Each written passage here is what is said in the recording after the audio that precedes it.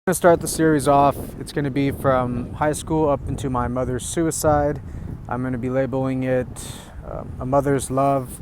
When I started off, before I got to freshman year of high school, in middle school, I played football and I was the best at my position. I think I was linebacker, yeah. And I got captain of the defense.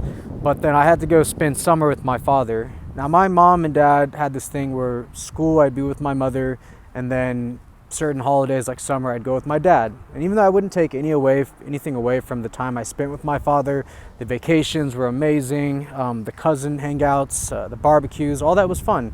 But when I got back to Altaloma High School, everyone was doing their summer camp training. I just essentially didn't get any stronger. Everyone got bigger than me, faster than me, just better than me in all aspects. And even if I had gone with my father, he should have been aware of maybe training me to be prepared for what I was going to go back into, rather than just trying to absorb it in whatever manner he found necessary for himself.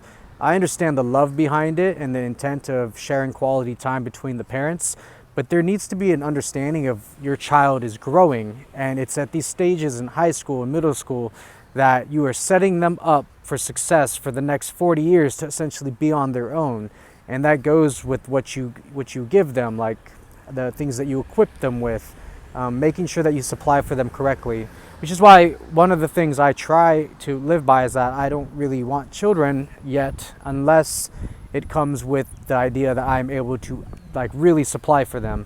And if it happens on accident, whatever, in the future, like, I understand that things happen to people on accident, but it's just really trying your hardest to supply for them correctly in what they're trying to achieve in life. And I just had a really big setback and ended up at the bottom of the total pool when I got back to high school, when I started high school freshman year.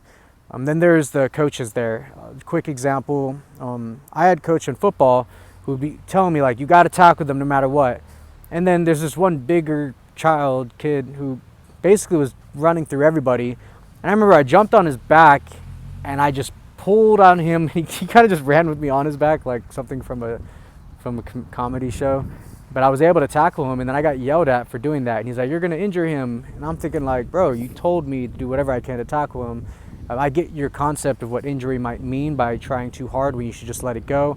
But at the same time, there's got to be a better way of wording and culturing the way that you try to train the people that are in high school. But as for the wrestling coach, I'm not sure if they're the same, but the wrestling coach, he believed in me. He went to my family. He asked him and told him that he wanted me on wrestling because he saw my potential. And so there's different qualities of coaches in that.